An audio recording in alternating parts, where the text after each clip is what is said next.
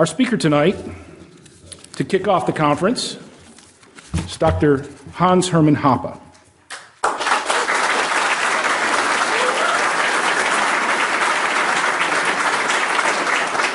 Professor Hoppe is an Austrian economist and a libertarian philosopher in the Rothbard tradition.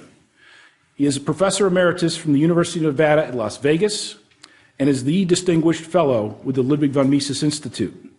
He has been the editor of the Review of Austrian Economics, the Quarterly Journal of Austrian Economics, and the Journal of Libertarian Studies. His English language books include A Theory of Socialism and Capitalism, Economic Science and the Austrian Method, Democracy, the God That Failed, and The Economics and Ethics of Private Property. Hans is founder and the president of the Property and Freedom Society, and his lecture tonight is entitled The Science of Human Action. Please help me welcome Hans Hoppe.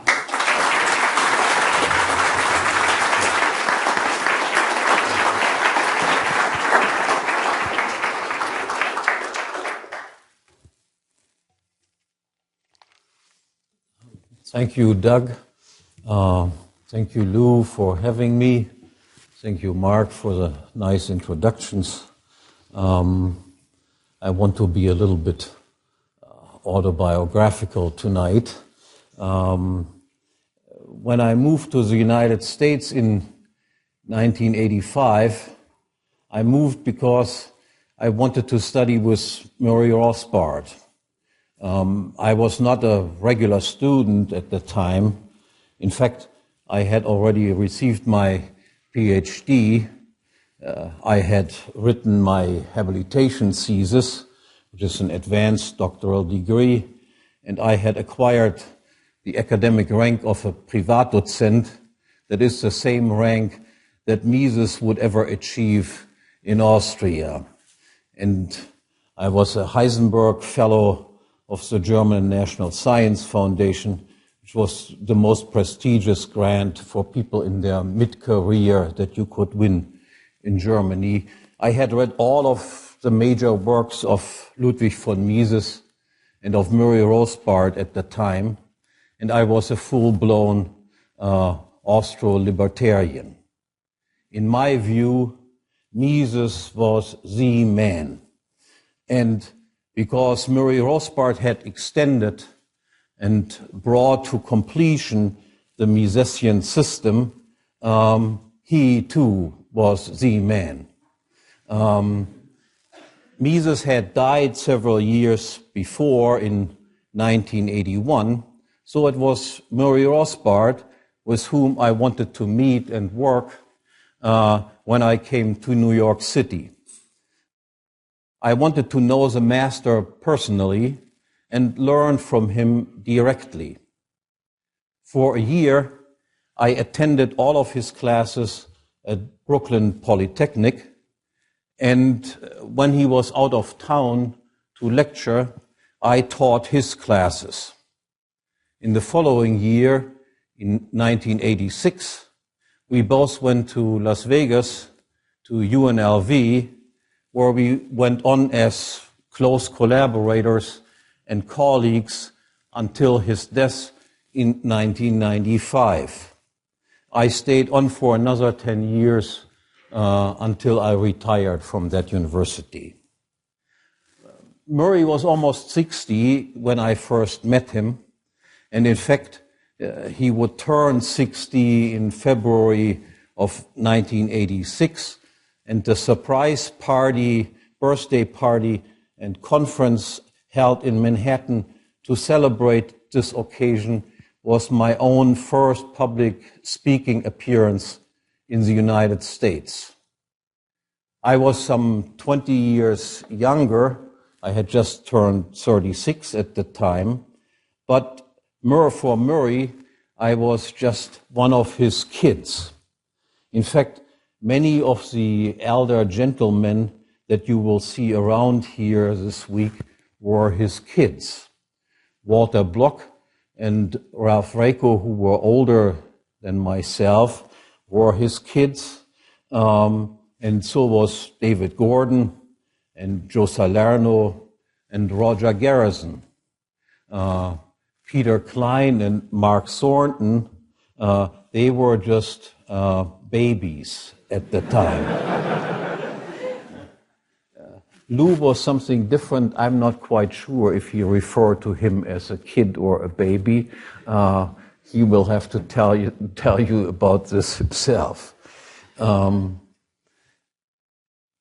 sure that if Murray would still be alive today, I would still be one of his kids, even though I'm older now than Murray was when I first met him.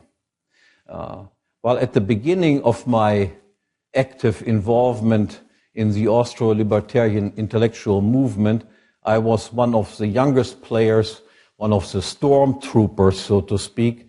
Now I'm obviously one of the movement's old guards, and for me, you are now the kids and the babies. And as a member of the old guard, who has actively participated practically from its very beginning in the Mises Institute's effort of building an Austro-libertarian intellectual movement, as an old guard, I may be excused to use this opportunity to be a bit anecdotal and say a few things about my own intellectual autobiography, or to be more precise, to tell you a bit about how I came to find Ludwig von Mises and learn about the science of human action that Mises and further on Murray Rothbard had explained and developed. I grew up during the student rebellion during the late 1960s. I was then a lefty myself, and I was interested mostly in the social sciences, in political science, sociology, economics, and law. Yet when I had to decide what to choose as my major during my university studies, I decided on philosophy rather than all these other fields. Because of all of the social sciences, I considered philosophy to be the most serious, the most rigorous, and the most demanding field. And within the field of philosophy, again, I decided to concentrate on the area that I regarded as the most fundamental and decisive, namely on epistemology, that is, the theory of knowledge. And in this field of epistemology, the central theme was the seemingly permanent debate between the rationalists on the one hand, from Plato onward, on the one hand, and the skeptics on the other hand. And in modern times, and in particular in Germany, this debate was essentially a debate between Kant and various variants of Kantianism on the one hand, and on the other hand, between the empiricists of David Hume and various variants of Humean philosophy that meant at my time, in particular, Karl Popper as one of the leading modern followers of David Hume. Very simplified, the central tenets of Humean empiricism are four interrelated claims. First, all knowledge is knowledge of facts, and what the facts are, we learn from sensations given by our sense organs. It is all experience, all knowledge is derived from what they call experiences. And there is nothing necessary about these facts or how one fact is related to another fact. Second, whether or not a statement is true or false must ultimately be decided by sense experiences, by sense data. The third tenet was that all statements that claim to say something that is necessarily true, rather than something that happens to be true, or that are only contingent truths. All statements that are claimed to be necessary truths are not statements about the nature as it is, or statements about the real things, but they are simply statements about the use of words, or about linguistic conventions, or about habits of the mind. And the fourth tenet was that statements about value are neither true nor false, but only expressions of emotions. Now, as plausible as these views might appear at first glance, and obviously these views must still appear plausible to a large number of scientists, given the ongoing popularity of this empiricist program, like most rationalists, I came to the conclusion that this was all wet. First, and most fundamentally, the empiricist position was simply self-contradictory, and hence I regarded it as some sort of nonsense. For what was it that the empiricists told us? Obviously, what they told us about our knowledge was supposed to be knowledge itself. It was supposed to be knowledge about knowledge. Yet, how do we know and come about this knowledge? How do we know this to be true? No, certainly not about, we do not realize this via sense experiences. Knowledge was about thought, or more precisely, it was about conscious thought, and conscious and meaningful thought. And thought, whatever it was certainly not the same thing as that to which thought itself referred. That is what the thought was about. Thinking was in terms and by means of concepts. When I think about a green tree, this does not make my thought green or tree-like, with sensible characteristics. To the contrary, knowledge, as conscious, meaningful, conceptual knowledge, had to be gained through introspection and was something non-observable. It was a mental judgment, and it involved some understanding or some grasping.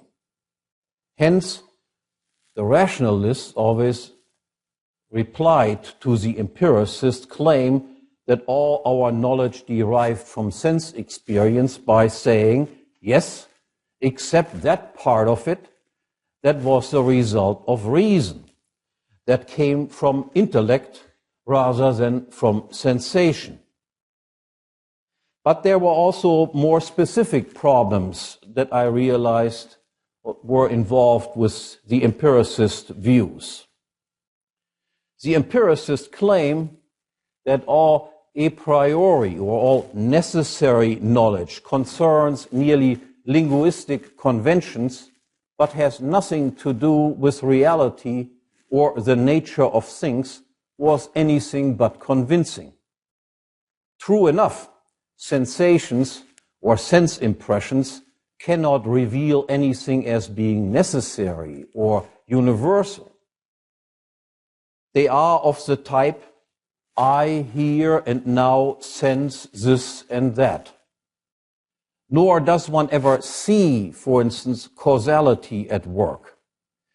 What can be seen at best are temporal sequences, temporal associations between various sense experiences. But since knowledge is not sensation, but sensation plus intellect, this obviously does not rule out the possibility of a priori knowledge of reality. And surely there exists plenty of such knowledge, no matter how hard the empiricists have tried to deny this fact or try to explain it away. Take, for instance, the law of identity and contradiction. Nothing can be A and non-A at the same time. Now, according to the logical empiricists, this was just a convention. But if it is a convention, then there must be an alternative to this. But there simply is none. We simply cannot conceive of something that is A and non-A at the same time. We cannot adopt the convention that something is green all over and non-green all over at the same time.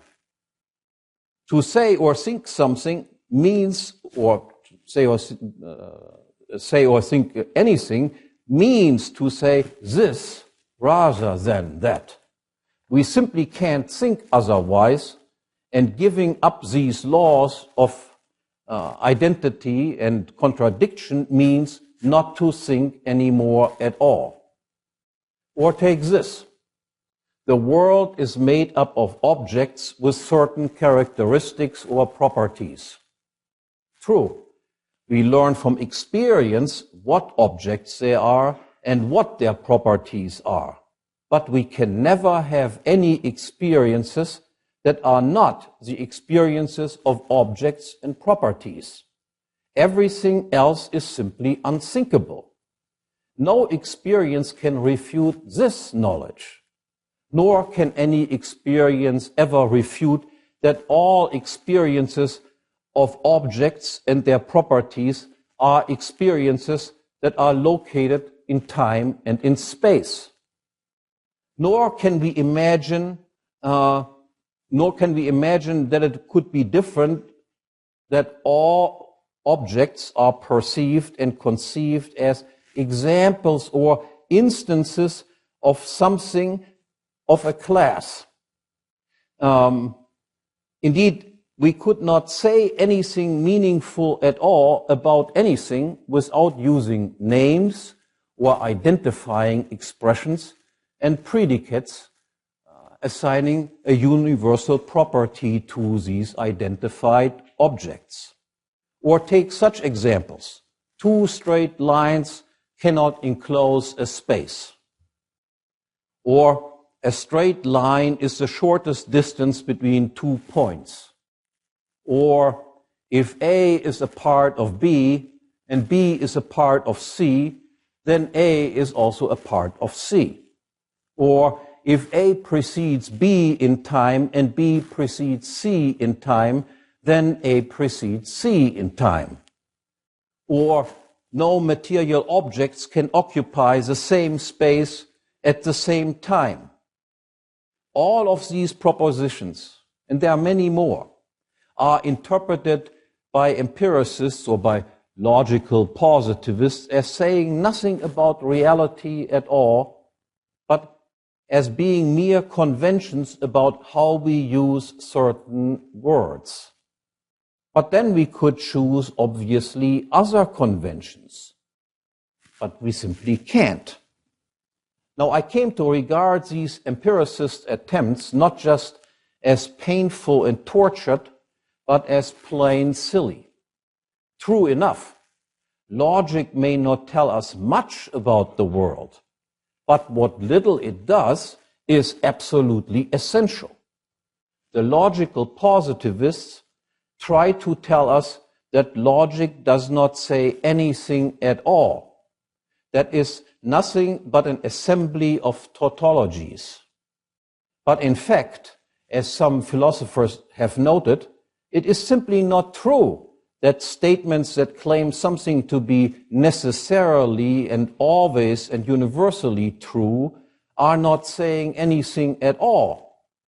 Formal logic is not empty of all content, but rather it is the most general branch of ontology, dealing with all possible objects and beings.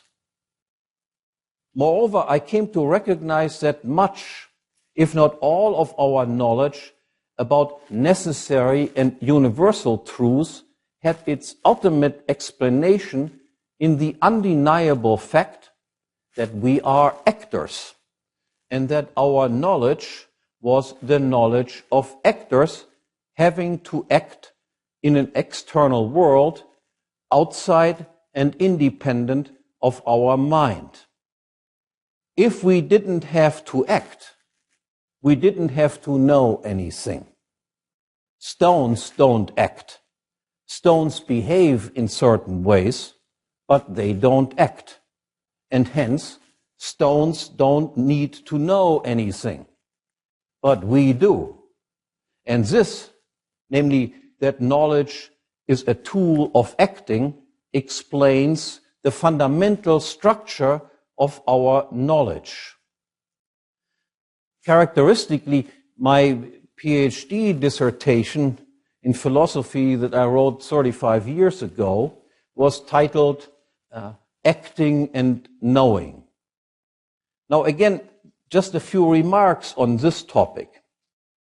That our most elementary experiences, as I have already mentioned, are always and invariably of the type, this here and now is such and such, with an identifying expression, a name, and a predicate, that is a universal property, is due to the fact that in acting, we must identify a specific situation with such and such objects existing here and now, and then characterize these objects as of this kind rather than of another kind. Otherwise, we would be unable to choose one course of rule or one course of action or one rule of action rather than another one. Similarly, the meaning of such logical primitives such as is not, and, or, as well as of numbers and of counting, are not just arbitrarily defined symbols, but they have a clear operational, constructivist, or practical meaning or basis. The meaning of these terms is not something made up, is not just a convention, but it is based on the reality of action, of having to choose, which explains or, of having to combine certain actions in order to reach certain results, that is of end, of adding certain things, of repeating certain things, that is of building up numbers, and of counting. Likewise with the category of causality. We may not know a priori what is the cause of what, but we have to learn this from experience. But to say that some event may not have a cause at all, or that something happened without a cause, for no reason whatsoever, strikes us as absurd. And it strikes us as absurd, and we instead accept it as a necessary truth about reality that whatever happens in the world does have a cause, even if we never find out what that cause is. This is because every action is aimed at some goal and presupposes that there is something that can be done in order to bring about a certain result. So it presupposes there must be causes. Now, so far, so good. But then another problem still remained in my mind.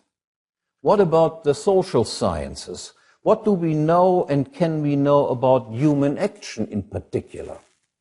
Now, here again, a fundamental split existed between the rationalist camp on the one hand and the empiricist camp on the other. The rationalists typically adopted a dualist position. That is to say, the way they conceived of matters was that there existed a realm of knowledge concerning our own mind and the mind of others, that is, of objects accessible either through direct introspection or indirect introspection via symbolic interaction. And there existed another realm of objects with which we could not communicate. The realm of consciousness and of conscious actions was categorized teleologically in terms of motives and reasons, which we interpreted as the causes of events. These motives and reasons were intelligible and meaningful entities. That is, they could be understood. Motives and reasons cannot be observed. Only behavior can be observed. But we can understand motives and reasons. And on a more profound level, we can understand their actors. We can understand their character, and we can understand their guiding principles. In fact, because we have such privileged access to our own mind and the mind of other human actors through understanding, we can and we must conceive of each action as a unique, non-repeatable event caused by unique individual actors acting at unique points in time and space. In distinct contrast, the behavior of material objects is for us unintelligible. It is what it is, without any possibility of understanding why it is that they behave the way they do. Accordingly, we conceive of such objects and their observable behavior always and invariably as examples of a class of objects subject to one and the same universal, exceptionless law of behavior. Now, such knowledge of individual motives and reasons then allows us to predict the actions of our fellow men. And it does so reasonably well, as everyone can attest from his everyday life. It does not guarantee success. Indeed, we frequently fail with our predictions and are surprised by the actual course of human events. And not everyone is equally capable of predicting other people's actions. Some people are better at this than others because they have a better knowledge of other people. But there is nothing better available to us except trying to understand and understand again continuously anew. In contrast, the empiricists were typically monists.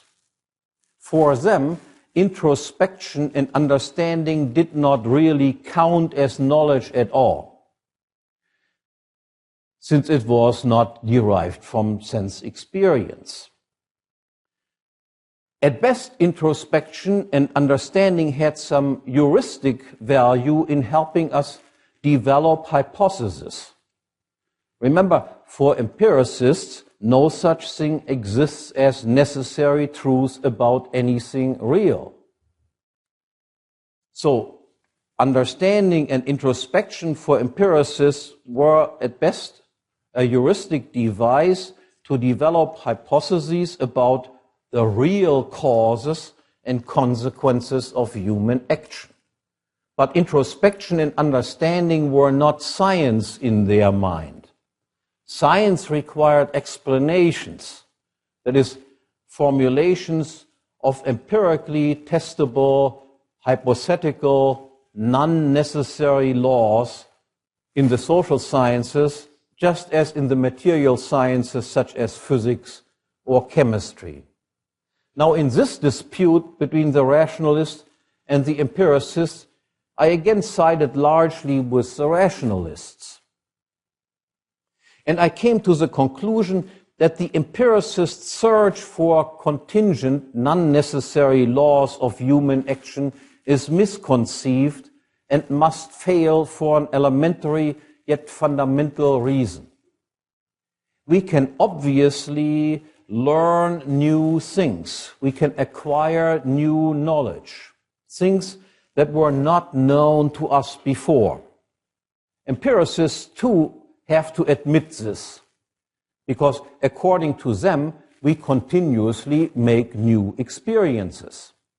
Yet it is impossible for us to predict what these new things that we learn and that we come to know will be until we actually know them. Otherwise, we would already have reached the new knowledge now. Yet, since knowledge guides our conscious actions, from the unpredictability of new knowledge follows the unpredictability of action. That is something that Mises would say, there are no constants in human action. But this result then, that is, that there cannot be any contingent, observable laws in the realm of human action, did not mean that there are no necessary, non-empirical laws of human action. To use an analogy, just as the fact that we cannot scientifically predict all the propositions ever made by future speakers does not mean or does not imply there is no such thing as propositional logic. That is something that is necessarily true of all propositions, now and forever. So the fact that we cannot scientifically predict human actions does not imply that there are no laws that are true of any and all actions. And I thought that I had found quite a few examples of such necessary laws in the field, especially of economics. For instance, that you cannot eat your cake and have it too. That you cannot get richer by consuming everything you produce. That if you spend more of a given income on A, you must spend less on B. Or that money prices will rise if the quantity of money is increased, while the quantity of non-money goods remains the same. But when I looked around in the then current economic textbooks, they all seem to contradict this first impression that I had of many important economic propositions. They all accepted the empiricist dogma that I described before. They all claimed that such laws were either contingent, that is, non-necessary laws, testable laws, falsifiable laws, or else they were empirically empty tautologies or formalisms. In the meantime, politically, I had moved increasingly to the right, or rather in the direction of classical liberalism from my erstwhile leftism. But when I looked at then famous right-wing economists, the result was just the same. Hayek had won the Nobel Prize in 1974 and Friedman in 1976. Reading Friedman and Hayek had actually strengthened my conviction that economics had something to say that was necessarily true about something real. But Friedman, too, explicitly and wholeheartedly accepted the empiricist line that this was not the case. And I noted also that Friedman had actually played a major role in persuading the economics profession of this empiricist view, in making all textbooks by and large accept the same line. And Hayek simply appeared to me to be muddled and confused on the entire issue. But somewhere in a footnote of one of Hayek's work, I discovered a reference to a guy named Mises and his outdated and strange a priorism. So I took up Mises's Human Action. Human Action was my first book that I read of Mises's. And there, to my great intellectual relief, I found exactly what I had been looking for, what I had myself concluded too, and much more. Not just confirmation of my own conclusion, but a completely worked out and integrated system of a priori statements, beginning with the axiom of actions that humans act, they pursue goals with means in order to improve their own living or their own well-being. Statements that were obviously statements about real things, namely human actions, and had developed what he called economics as praxeology, the logic of action. Within 3 or 4 days, I devoured human action, and I had become a Misesian. From the discovery of Mises to the discovery of Rothbard was then only a minor step that followed almost immediately. After reading Man, Economy and State, I became an anarchist, or as I prefer to say nowadays, a proponent of a pure private law society. And as a final step in my intellectual development, spurred on by reading Rothbard's Ethics of Liberty, I was also ready to give up on the last empiricist dogma that even an arch-rationalist such as Mises shared, namely the conviction that there existed no such thing as a rational ethics. That is, the claim that normative propositions were nothing but expressions of emotions. I realized that this claim was ultimately self-contradictory, because in trying to defend the claim that there is no rational ethics in the course of an argumentation, and obviously you cannot defend this claim except in the course of an argumentation, I had discovered something that some philosophers have called the a priori of argumentation, very much like the a priori of action that Mises had made the cornerstone of his system.